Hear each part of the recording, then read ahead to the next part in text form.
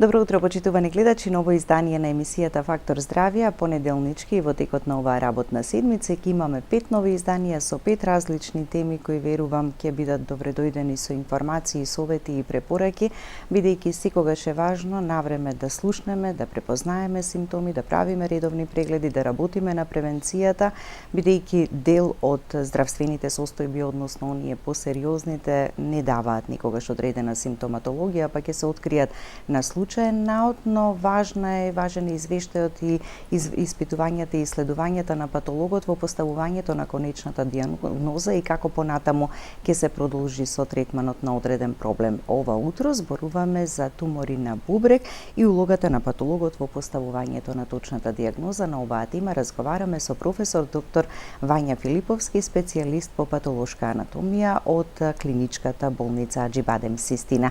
Добро утро, доктор Вања, добре ни дојдовте во Фактор здравје. Добро утро, благодарам за поканата. Станува збор за една специфична патологија, тумори на бубрек, нешто за што досега не сме зборувале, ама иако е поретко, заслужува должно внимание да го споменеме и да бидеме запознаени и да знаеме за тоа. Во што е спецификата на оваа болест? Туморите на бубрек се доста поретки од другите типови на тумори. Тоа е едната главна специфика и втората специфика е дека многу касно даваат симптоми, така да во моментот на откривање станува збор за најчесто за голем тумор кој што може би се проширил на подалечни места, така да во принцип се откриваат подоцна во однос на другите типови на тумори. Да, кога ги споменуваме и другите типови, ќе речеме добре работата што некој ќе даде очигледен симптом, па навреме ќе одиме да провериме за што станува збор.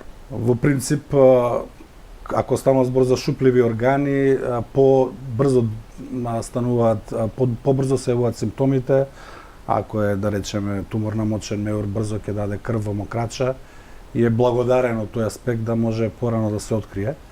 Солидни органи малку потешко, значи додека да направи симптоми кои што се строго специфични, може да се пропушти туморот, затоа што покрај крв во мокрача исто што може да даде туморот на бубрек, често прв симптом е и масата, целата маса туморот е толку пораснат да може да се палпира, да се види, да дава некоја болка, тапа во тој предел кај што се наоѓа бубрегот и неспецифични симптоми, губење на телесна тежина, малаксалост. Значи станува збор за општи симптоми кои што тешко можеме да ги препознаеме дека потекнуваат од бубрегот. Да, некогаш и сосема случајно, одејќи на преглед за нешто друго да провериме, може да се откријат точно, да. Туморите? Значи, често се случува с друга проблематика од пациенти, ќе се направи компјутер, да речеме, на абдомен, бубрегот е во ретроперитониалниот простор, релативно зацкриен и во околина има една голема ложа, има голема масна капсула, масно ткиво, така да може и да се шири, а да не дава симптоми и, например, за друг преглед ќе се направи снимка и ќе се види присуство на туморска маса во бубрегот. Ни се случувало и да препознаеме тумор на бубрек од метастатски депозит. Значи во друго место, например метастаза во белдроб, метастаза по лимфни јазли, да предпоставиме дека е бубрек, да направиме адекватни анализи, па накнадно да се прави, да речеме, снимка на стомакот и да се најде индиректно туморот. Да.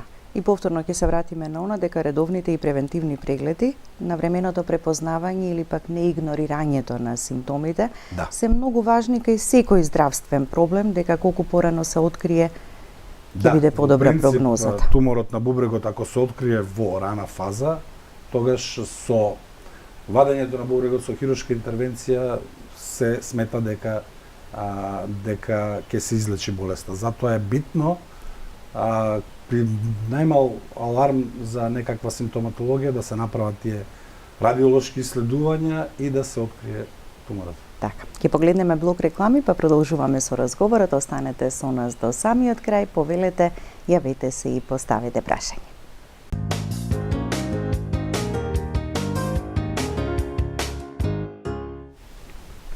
Веднаш по рекламите продолжуваме со разговорот, но имаме веќе двајца гледачи на линија, секако ќе им дадеме предност да ги слушнеме нивните прашања, да им го дадеме советот и препораката, а потоа ја разработуваме и темата. Добро утро, повелете, ве слушаме. Добро утро. Добро утро.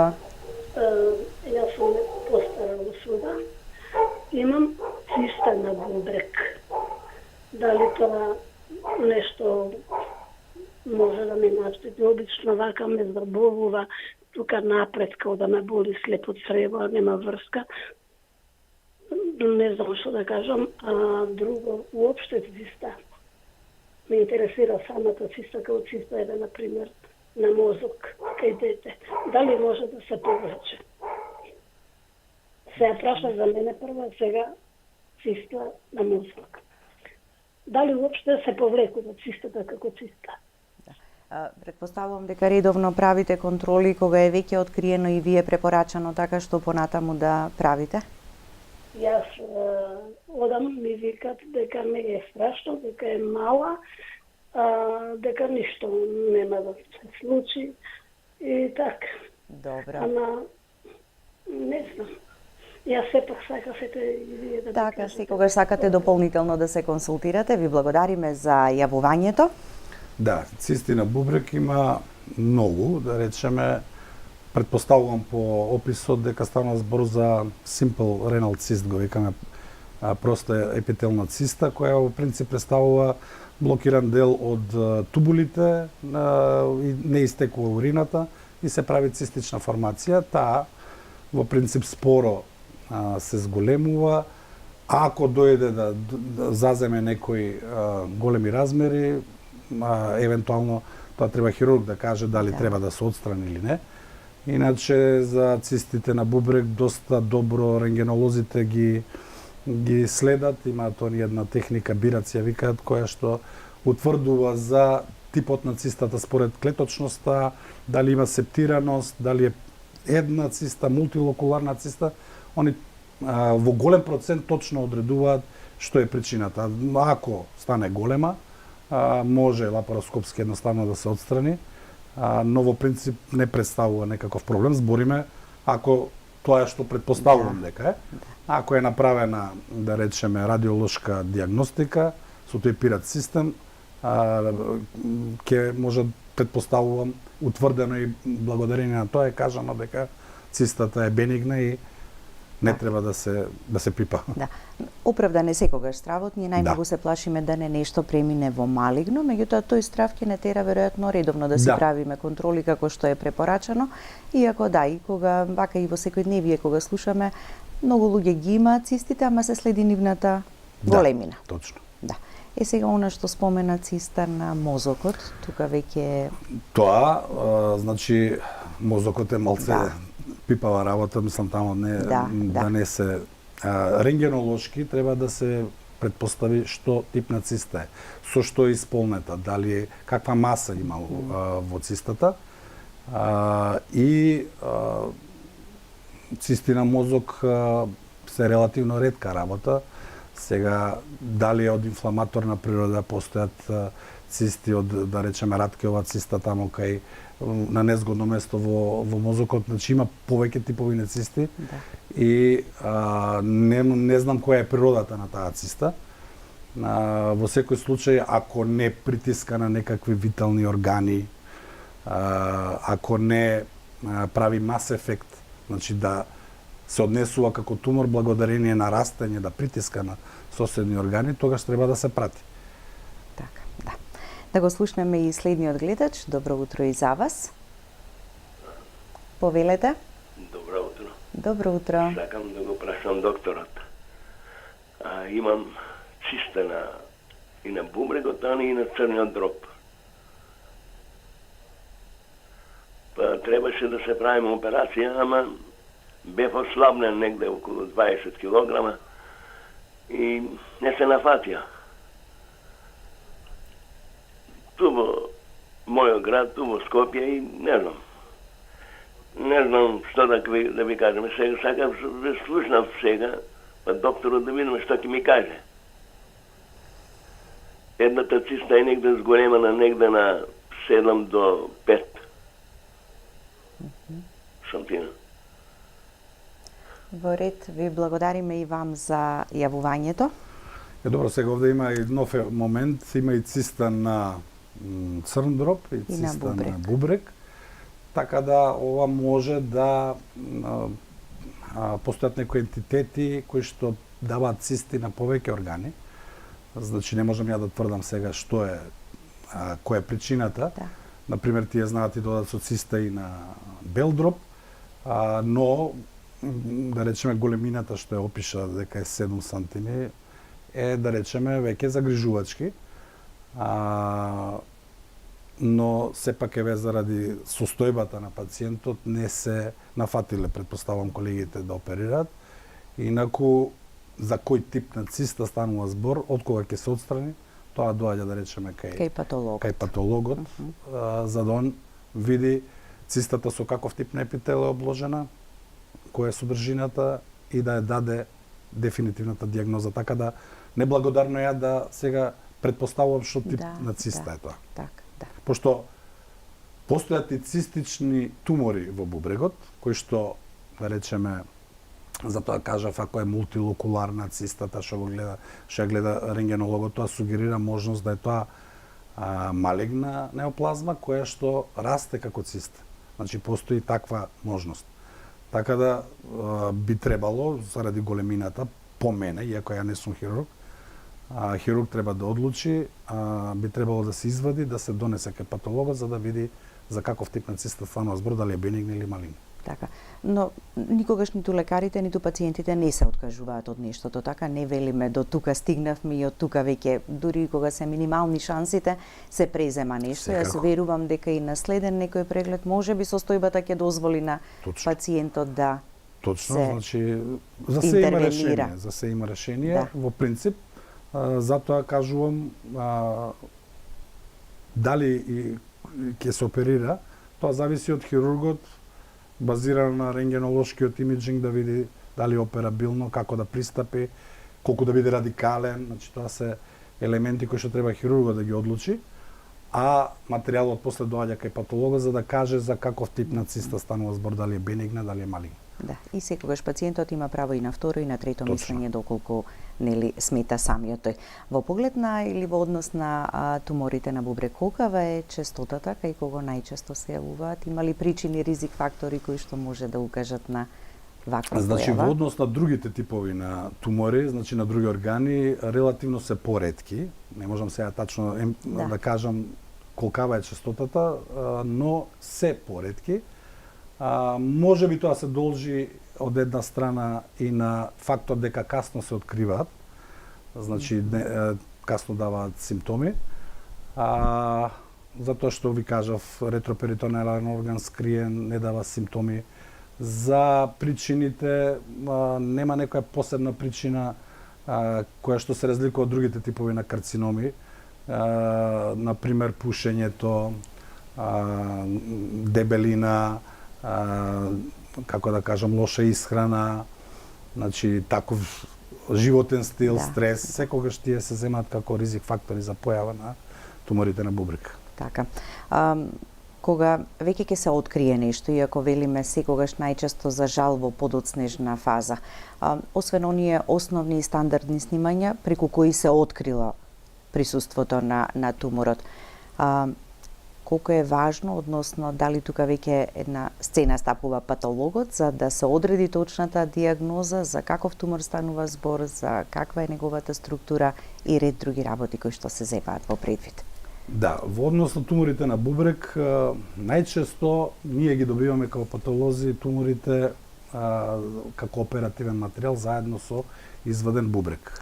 А не како претходно со парче земено од биопсија? Со парче биопсија, значи да, постои и биопсија, но многу поретко. Да. Баш поради фактот дека во моментот на откривање тие се толку големи да ја компрометираат, да речеме, функцијата на бубрегот, бидејќи тој мас ефект што го прави во бубрегот, исто така ја отежнува и функцијата на бубрегот, секундарно се развива хроничен пиелонефрит, и заради тоа најчесто ги добиваме веќе оперирани. Не се случувало и биопсија, ако се откријат мали тумори, да добиеме биопсија, и ние на биопсија да поставиме дијагноза, но туморите на бубрегот се, збориме за најчестите тумори, се и добро прокрвени, така да поголем бенефит за пациентот е да се отстрани туморот заедно со бубрегот, а во последно време добиваме и материјали на така речена парцијална нефректомија, не да се извади целиот бубрег, ако димензијата и локализацијата на туморот дозволува, се вади само туморот со мал дел во здраво од бубрежното ткиво, за да остатокот од бубрегот продолжи да функционира. Сега, од кога ние ќе го добиеме бубрегот, значи ги правиме стандардните испитувања, земаме примероци, макроскопски го гледаме туморот, адекватни примероци семплираме од ресекциони ивици, за да се види дали е во здраво извадено. И после тоа првата етапа, морфологија, која што е, да речеме, златниот стандард во патологијата, врз база на тоа што ќе го видиме под микроскоп, предпоставуваме за кој тип на дијагноза станува збор, но кај бубрегот, као специфика за разлика од другите тумори, неопходна имунохистохемиска анализа, втора етапа што ја правиме, затоа што голем број на ентитети постојат кои се прелеваат според морфолошката слика еден во друг, заради тоа ние мораме имунохистохемија да направиме. Тоа е техника со помош на која се одредува присуство или отсуство на некој антиген на површината на туморската клетка и на таков начин да го класифицираме во точен правец, бидејќи постојат ентитети кои што се бенигни и се многу слични со ентитети кои што се малигни, така да имунохистохемијата ни е неопходна во дијагностиката на бубрезите. И е најдобрата дијагностичка, така? Најдобрата дијагностичка метода во моментот во светот, како се воведува, е молекуларната дијагноза, тоа е таа трета етапа. Како веќе и новитет, да. Тоа е новитет кој што така уште и на светско ниво не е до крај разработена, во смисол зборувам за туморите на бубрек. За тумори на други органи имаме да речеме некои ентитети кои што се јасно дефинирани. Што представува оваа трета техника? Оваа трета техника представува утврдување на присуство или отсуство на некакви мутации во туморските клетки. Базирано на тоа се менува и бројот на ентитети. Така да, според Светска здравствена организација, постојат, да речеме, морфолошки дијагнози, подкрепени со имунохистохемиска анализа и се воведува нова категорија, нови тумори, да речем нови тумори, ги викаат молекуларно дефинирани тумори, врз база на генетските мутации кои што ги поседуваат. Како да кажам, најдени се неколку јасно дефинирани ентитети, но постојат и уште недефинирани ентитети и се предпоставува во иднина дека кога ќе се соберат доволно голем број на случаеви, пошто се овие ретки ентитети, ќе се додефинира и табелата што е за молекуларно дефинирани ентитети ќе порасне уште повеќе. Така. Имаме повторно гледач на линија. Добро утро, повелете. Ало, добро утро. Добро утро. Се извинувам, дали би можел докторот нешто да ми каже? На сопругот му е пронајдено тумор на белите дробови. Добро. Каков тумор? Да. Малку опис. И чекано од биопсија, дали преку биопсијата може да се дознае дали ќе треба да се оперира или... Така, Да. добро, ви благодариме. Малку ни се информациите, ама до тука е стигнато. Значи, парче биопсија во принцип, веќе е на анализа. Ако е откриен тумор на бели дробови, направена е биопсија. Тука сега има неколку етапи како се додиагностицира, значи на база на морфологија, што ќе видиме, ние предпоставуваме за кој тип на тумор станува збор и даваме одредени антитела, антигени, значи имунохистохемиска анализа повторно, за да видиме за каков тип на тумор станува збор. Во принцип, туморите на белодробието, две големи категории се планоцелуларен карцином и аденокарцином, и постојат други типови на тумори, како ситноклеточен, што е најагресивен, и да речеме подваријанти некои на аденокарцином, како брохеалвеоларен и така натака.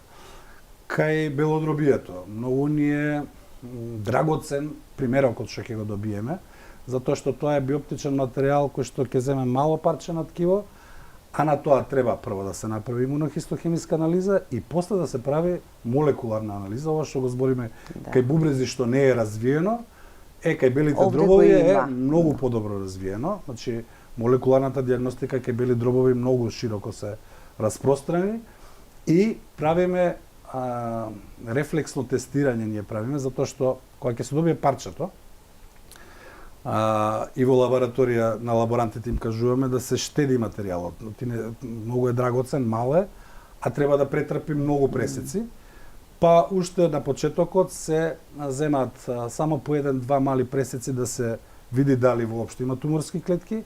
После, ако има доволно да се види дали може да се разграничи дали е аденокарцином планоцелуларен или ситноклеточен, со штедење на антитела кои што ќе ги дадеме против антигените за да се одреди кој тип на тумор е. После тоа да се прават дополнителни тестирања, значи тестирање за сега да не ги наведувам АЛК, РОС, ПДЛ за имунотерапија, значи нешто што е потребно за онколозите. Да. Зошто? Бидејќи и туморите на бубрегот исто така најчесто во момент на откривање се веќе проширени и се хируршки иноперабилни, така да треба да бидат третирани со онкологија, директно да тргнат со онкологија, а материјалот ни е многу оскуден, а информации што се бараат се многу обсежни, така да си имаме доста проблеми кога имаме биопсии на бел дроб, многу ни значи што поголем материјал да добиеме за да можеме сите овие тестирања да ги изведеме. Така. И најнеизвестен веројатно за пациентите и членовите на семејството е моментот додека да се чека извештајот од патологот, така од однесениот пример. Тука се сеќаваме со јас ги разбирам и пациентите, но они мора да разберат да дознаат и слушнат нели за каков не е така лесно. Значи, затоа ви кажам че корите се многу. Да. Значи, прво треба да се фиксира ткивото 24 часовна процедура, после да се стави на морфологија, да се види. Порано тука завршуваше работата на патологот, зборувам за пред 10-20 години, значи на морфологија ми личи тоа и така. Но сега, прво сега треба и имуно да се направи, значи тоа е дополнителен ден се зема. Да. Па може да првата палета што сме ја дале не може да ги разграничи, ако не е станува збор за некој поредок ентитет, мора да се додаде дополнителна палета. Затоа ние правиме дури, како да кажам, од еден, кој ќе добиеме ткивото, правиме пресеци што повеќе можеме и предпоставувајќи колку ќе ни треба имунохистохемија и да оставиме материјал за понатамошни молекуларни анализи. Затоа во еден акт го сечеме примерокот. Бидејќи ако земеме само исечеме неколку стакла, после тоа ќе се стврдне во парафинскиот блок, после кога треба да се израмни наново, се губи драгоцен материјал. Значи тоа е тоа рефлексно тестирање што ние од самиот старт предпоставуваме што може да биде и правиме доволна да речам палета, мислам доволно голем број на пресеци кои што после ќе ги искористиме или за имунохистохемиска или за молекуларна анализа. Така да ја не знам, сега предпоставуваме земена биопсија, се чека, нервоза е, но како да ви кажам, точниот резултат е многу важен, отколку ден-два, па и недела дена. Да. Не сваќате. Така. Ќе погледнеме уште еден блок реклами, па ќе продолжиме понатаму со разговорот. Останете со нас до самиот крај.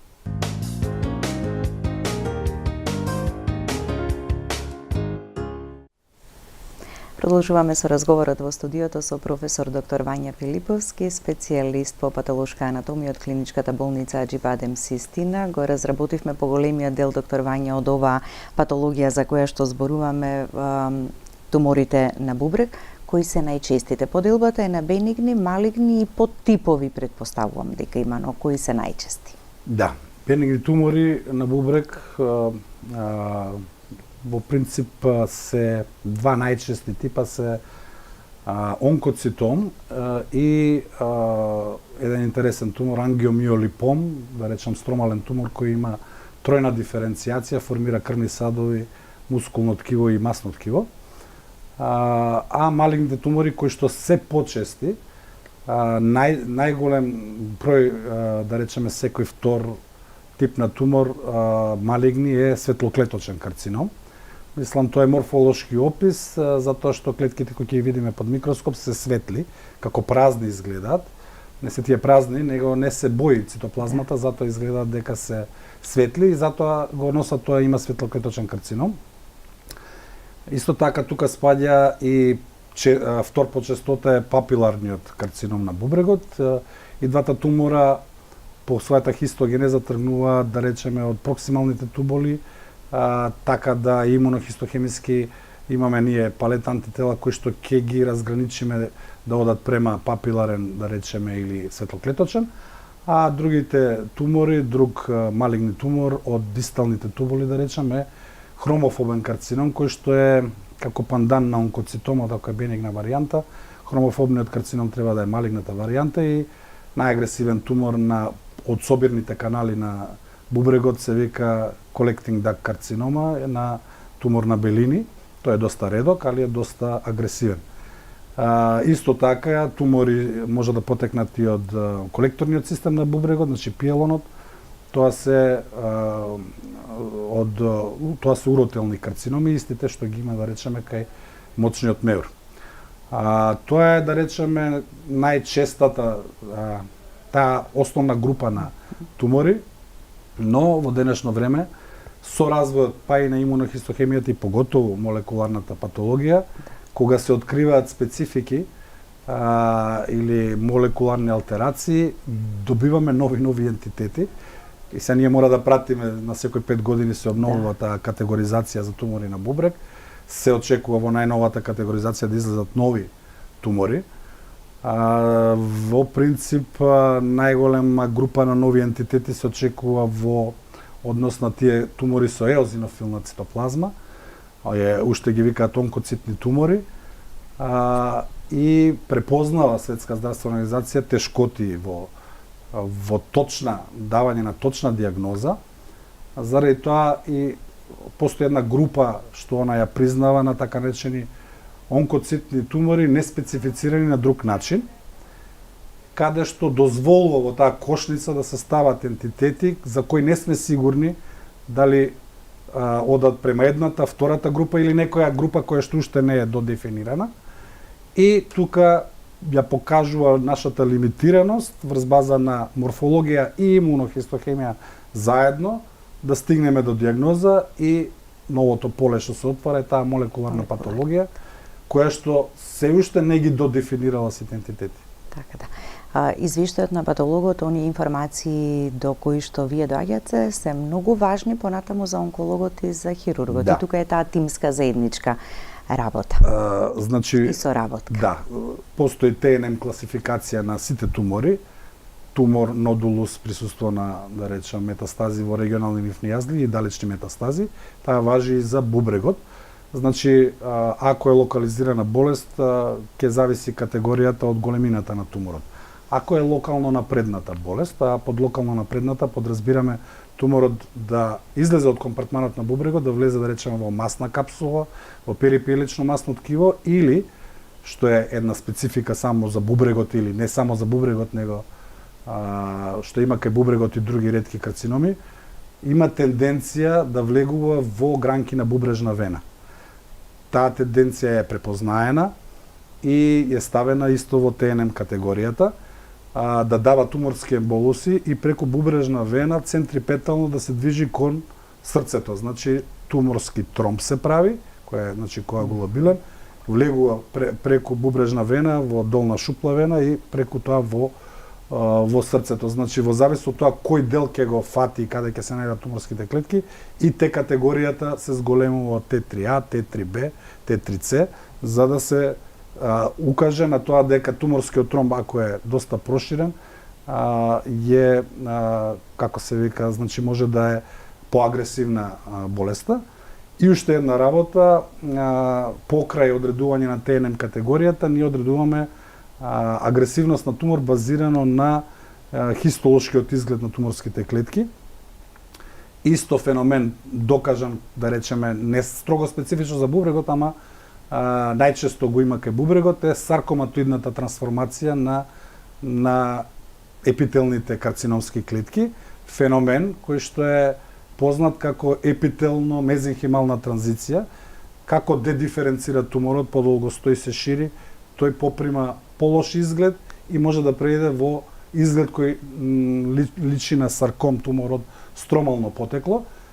Тоа е, да речеме, последната недиференцирано што може да ја даде туморот, и такви тумори кои ќе ги видиме укажува на поголема агресивност. Да. И врз основа на тој извештај се оди во насока на каква терапија ќе се применува. Значи, хистопатолошката бидејќи дијагноза, некогаш не е можеби потребна инвазивна, некогаш можеби и поинвазивна, и тука се прави таа класификација. Хистолошката дијагноза и ова ТНМ категоризација е најбитна за да се процени стадиумот на болеста. Врз база на ТНМ категоризацијата ние го добиваме стадиумот на болеста, на онкологот му треба да знае кој е стадиумот и која е хистопатолошката дијагноза, и они си имаат протоколи како да пристапат кон одредена дијагноза и одреден стадиум на болест. Да. Се случува некогаш да треба да се повтори исследувањето и примерок од кој што доаѓа кај патологот, затоа што некогаш не се успеало да се добијат информациите до крај? Или некоја неизвестност се појавува, така, или нејаснотија? Значи да. Доброто патологијата е тоа што ние све тоа е архивирано, постои во парафинско блокче. Да. Ние самите, најчесто ние сме тие што си бараме второ мислење, значи као колеги кои ќе најдеме некој тежок случај, се консултираме меѓу нас. Кога и тоа ќе го исцрпиме, бараме колеги кои што се повични експерти, збориме ако станува збор за некој редок ентитет, и соработуваме со колеги во странство кои што имаат, да речеме, и молекуларна дијагностика за да може да ни помогнат во додефинирањето на некоја болест. Да. За да ја добиеме конечната дијагноза, така, и за да се знае текот понатаму каков ќе биде на лекувањето. Ви благодарам за гостувањето. Во следната сезона Здравје од есен повторно се надевам ќе имаме оваа заедничка соработка со вас. Ви благодарам вам. Да. Благодарности и до вас, почитувани гледачи, за вниманието со кое не следевте. Останете и понатаму со програмата на ТВ24. Имајте убав и пријатен ден.